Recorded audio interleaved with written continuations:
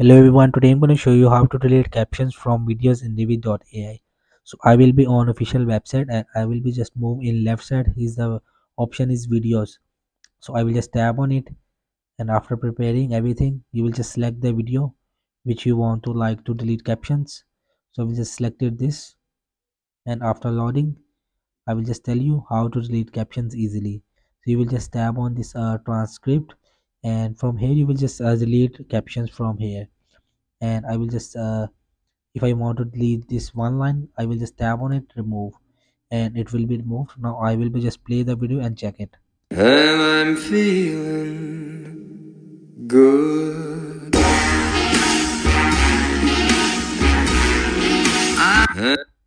So this is how you can just delete captions from videos in Revid.ai easily. So if you want to redo your captions, if you want to back, and you will just simply type on it, so it will be back. You will see here, I'm feeling good. So that's it. So hope this video helped you. Please don't forget to like and subscribe and get notified for more videos.